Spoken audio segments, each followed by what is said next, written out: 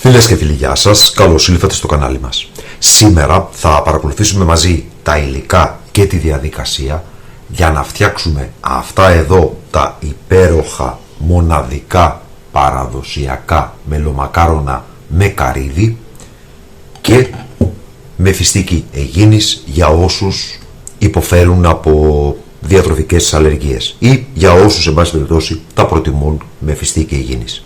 Το παραδοσιακό βέβαια είναι με το καρύδι. Πάμε λοιπόν να παρακολουθήσουμε μαζί τα υλικά και τη διαδικασία για την εκτέλεση της συνταγής μας. Θα ξεκινήσουμε λοιπόν με το σιρόπι, για το οποίο θα χρειαστούμε 600 γραμμάρια ζάχαρη, 380 γραμμάρια νερό, 100 γραμμάρια μέλι, το οποίο, για να μην χάσετε καθόλου από την ποσότητα που πιθανά θα κολλήσει στα τυχώματα, θα το βάλετε για λίγα δευτερόλεπτα στα μικροκύματα. Και δείτε πόσο ρευστό έγινε το μέλι μας. Θα χρειαστούμε ένα ξυλάκι κανέλας, 6-7 μοσχοκάρφια γαρίφαλο, ένα πορτοκάλι, το οποίο θα κόψουμε στα δύο, θα στύψουμε λίγο με τα χέρια μας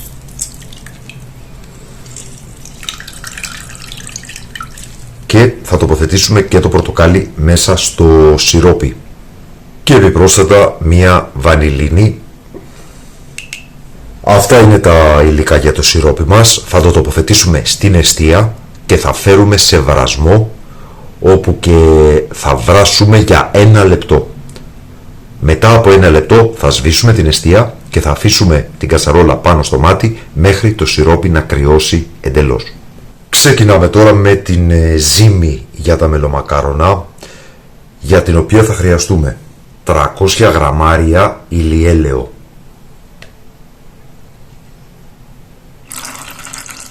140 γραμμάρια ελαιόλαδο,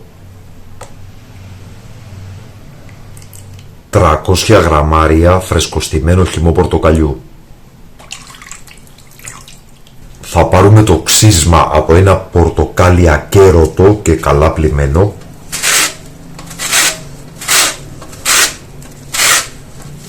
Μπορείτε να βάλετε και το ξύσμα από 1,5 και 2 πορτοκάλια. Γίνεται ωραίο. Συνεχίζουμε με μία βανιλίνη, ένα καψάκι βανιλίνης, 1/4 κουταλάκι του γλυκού μοσχοκάριδο, μισό κουταλάκι του γλυκού γαρίφαλο τριμμένο, 1 κουταλάκι του γλυκού κανέλα και ηλάνης. Γιατί τονίζω το κεϊλάνης? Είναι η μόνη πραγματική κανέλα και η οποία έχει ευεργετικές ιδιότητες για τον οργανισμό μας. Οποιαδήποτε άλλη κανέλα βρίσκεται στα σούπερ μάρκετ δεν είναι κανέλα, είναι απομίμηση και κατανάλωση σε μεγάλες ποσότητες μπορεί να δημιουργήσει διάφορα προβλήματα στο μεταβολισμό, στο θυροειδή, στην όραση, στην πίεση. Μεγάλη προσοχή σε αυτά. 40 γραμμάρια ζάχαρη άχνη.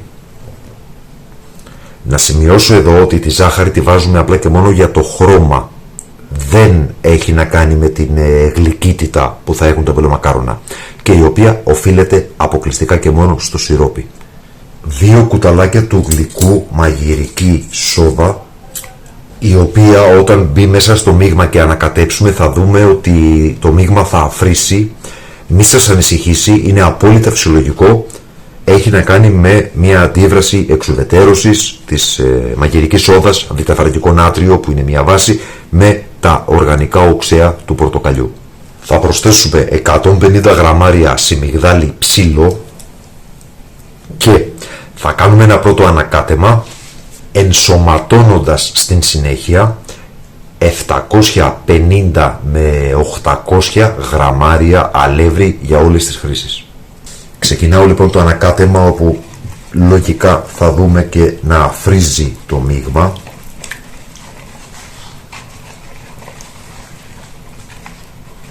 Σημαντικό μυστικό: μην χρησιμοποιήσετε μίξερ ή κουζινομηχανή για τα μελομακάρονα. γενικότερα συνταγές με βάση το λάδι θέλουν ανακάτεμα μόνο με το χέρι και ίσα που να ενσωματωθούν τα υλικά, όχι παραπάνω, γιατί η ζύμη θα αρχίσει να βγάζει, να ξερνάει, θα έλεγα, το λάδι. Οπότε προσθέτω σιγά σιγά το αλεύρι και θα ανακατέψω μέχρι να ενσωματωθεί και να δημιουργήσουμε μια λία, ομογενή, εύπλαστη ζύμη που δεν κολλάει στα χέρια. Το ανακάτεμα, όπως ήδη σας είπα, θα είναι ακριβώς όσο χρειάζεται, ώστε απλά να ενσωματωθεί το αλεύρι και όχι παραπάνω. Δηλαδή δεν θα χρειαστεί ζύμωμα.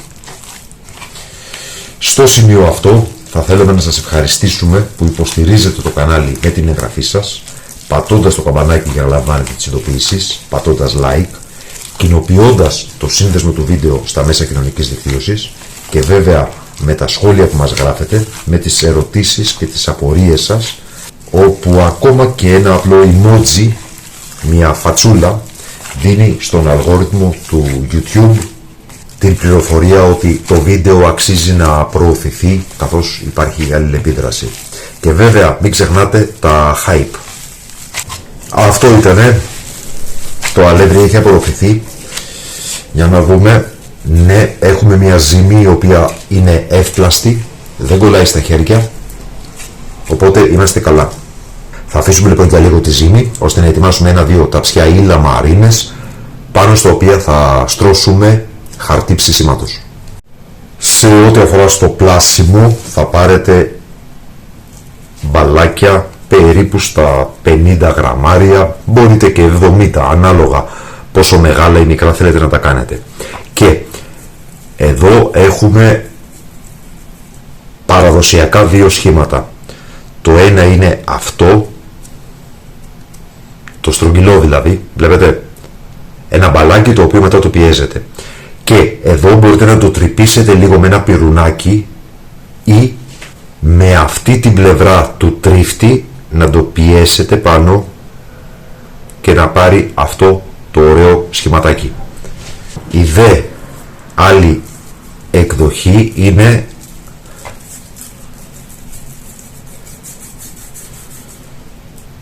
μακρόσθενο, όπου και πάλι θα το τρυπήσουμε με ένα πυρουνάκι ή με τον τρίφτη μας. Εδώ βλέπετε, το πιέζω λίγο πάνω στον τρίφτη. Να το. Θα πλάσουμε λοιπόν κατά αυτόν τον τρόπο τα μελομακάρονά μας, κατά το δυνατόν ομοιόμορφα, ώστε να ψηθούν και ομοιόμορφα. Και θα το τοποθετήσουμε σε ταψιά ή λαμαρίνες, πάνω στις οποίες έχουμε στρώσει αντικολλητικό χαρτί ψησίματος. Αυτά εδώ λοιπόν είναι τα μελομακάρονά μας. Έχουν βγει περίπου στα 50 κομμάτια και θα τα ψήσουμε σε προθερμασμένο φούρνο στους 180 βαθμούς Κελσίου, κλασικό φούρνο αντίσταση πάνω κάτω, για περίπου 25 με 35 λεπτά ανάλογα με το φούρνο. Μπορείτε επίσης να τα ψήσετε και στον αέρα. Αυτό το οποίο είναι σημαντικό είναι το εξής: να τα βουτήξουμε στο σιρόπι αμέσως μόλις βγούνε από το φούρνο. Πάμε λοιπόν να τα ψήσουμε και θα σας δείξω στην πορεία τι ακριβώς πρέπει να κάνουμε. Τα μελομακάρονα μας είναι έτοιμα, μόλις τα βγάλαμε από το φούρνο, είναι αυτά εδώ και ήρθε η ώρα να τα σιροπιάσουμε. Πώς γίνεται αυτό? Στην κατσαρόλα με το σιρόπι θα βάλουμε τα μελομακάρονα ανά 2, ανά 3, θα τα βυθίσουμε μέσα στο σιρόπι και θα μετρήσουμε μέχρι το 10. 1, 2, 3, 4, 5, 6, 7, 8, 9, 10. Οπότε και θα τα αφαιρέσουμε από το σιρόπι και θα τα βάλουμε μέσα σε ένα δίσκο, σε ένα ταψί, ανάλογα ό,τι έχετε διαθέσιμο, ώστε αφού ολοκληρώσουμε με αυτή τη διαδικασία Στη συνέχεια να τα τοποθετήσουμε σε πιατέλα, να τα μελώσουμε και να βάλουμε και τους ξηρούς καρπούς. Με τον τρόπο που σας δείχνω, τα μελομακάρονα ίσως να μην είναι τόσο εύγευστα και επιτυχημένα ακριβώς τη στιγμή που θα τα φτιάξετε. Θα γίνουν πεντανόστιμα από την επόμενη μέρα που θα έχουν τραβήξει σιρόπι. Μην τα σιροπιάσετε για μεγαλύτερο χρονικό διάστημα, γιατί αν το κάνετε αυτό στην πορεία θα μαλακώσουν πάρα πολύ και θα διαλύονται. Θα συνεχίσουμε λοιπόν κατά τον ίδιο τρόπο με όλα τα υπόλοιπα μελομακάρονα. Να σας πω επίσης ότι αν σας περισσέψει σιρόπι δεν θα το πετάξετε, γιατί το σιρόπι αυτό είναι ακριβώς το ίδιο με το σιρόπι που θα χρειαστείτε για τις δίπλες. Οπότε ό,τι σιρόπι σας περισσέψει θα το σουρώσετε και θα το τοποθετήσετε σε ένα μπουκάλι, σε ένα σκεύος, και θα το φυλάξετε στο ψυγείο για να το έχετε έτοιμο και για τις δίπλες σας. Αυτά εδώ είναι από την πρώτη λαμαρίνα, τα μακρόστενα, και τώρα περιμένω να βγάλω από το φούρνο και τα στρογγυλά, να τα σιροπιάσω και να σας δείξω μετά πώς γίνεται το μέλωμα. Και ήρθε η ώρα του μελώματος, για το οποίο θα χρειαστούμε μέλι και 250 γραμμάρια περίπου ξηρού καρπού. Παραδοσιακά τα μελομακάρονα φτιάχνονται με καρύδι. Όμως λόγω διατροφικών αλλεργιών που υπάρχουν στην οικογένεια, κάθε χρόνο φτιάχνω τα μισά με φιστίκι αιγίνης. Αυτό γίνεται καθαρά και μόνο για ιατρικούς λόγους και σε καμία διαφορετική περίπτωση δεν θα πείραζα εντός εισαγωγικών την παράδοση. Παρόλα αυτά, οφείλω να πω ότι και με το φιστίκι αιγίνης είναι πάρα πολύ νόστιμα. Τι θα κάνουμε λοιπόν τώρα? Σε μια πιατέλα της επιλογής σας θα βάλετε μέλι. Μπορείτε να χρησιμοποιήσετε και ένα δίσκο, ένα ταψάκι, οτιδήποτε.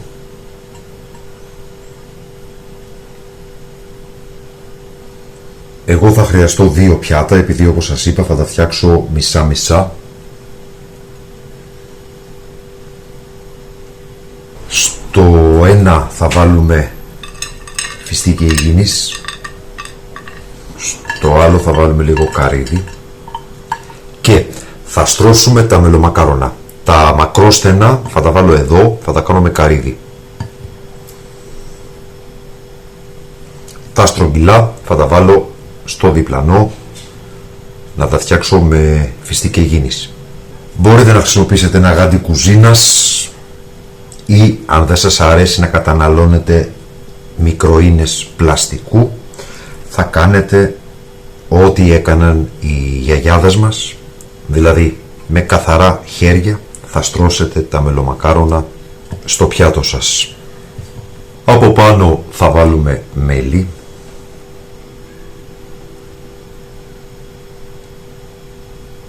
από λίγο σε όλα, και φυσικά το ίδιο και στο δεύτερο πιάτο. Θα ήθελα επίσης να σας πω ότι τα μελομακάρονα αυτά δεν διαλύονται με τον τρόπο που σας έδειξα για το σιρόπιασμα, και επίσης σε αντίθεση με τα περισσότερα που μπορεί κάποιους λίγο να τους ενοχλούν στο στομάχι, να δημιουργούν δηλαδή καούρες, τα συγκεκριμένα μελομακάρονα δεν δημιουργούν καούρες. Είναι προσεγμένη η ποσότητα των υλικών και η ισορροπία των υλικών. Σας το λέω αυτό ως παθόν. Για πολλά χρόνια δεν έτρωγα μελομακάρονα ακριβώς γιατί είχα αυτό το πρόβλημα. Συνεχίζουμε με ξηρό καρπό. Εδώ θα βάλουμε φιστίκι, εδώ καρύδι, και συνεχίζουμε από πάνω με τη δεύτερη στρώση. Και θα ολοκληρώσουμε με ξηρούς καρπούς. Φιστίκι αιγίνης λοιπόν από εδώ και καρύδι από εδώ. Και Και τα παραδοσιακά μελομακάρονα για το 2025 είναι έτοιμα, με καρύδι, τα παραδοσιακά, και με φιστίκι Αιγίνης για όσους έχουν αλλεργίες ή προτιμούν το φιστίκι Αιγίνης. Αυτή ήταν λοιπόν η συνταγή μας, ελπίζουμε να σας άρεσε. Σας ευχαριστούμε που μας παρακολουθήσατε. Καλή συνέχεια, να είστε όλοι καλά και να έχετε γλυκές γιορτές όπως τα μελομακάρονα και μία νέα χρονιά γεμάτη οικογενειακή θαλπορή, αγάπη, ευτυχία, ελευθερία και υγεία. Να είστε όλοι καλά.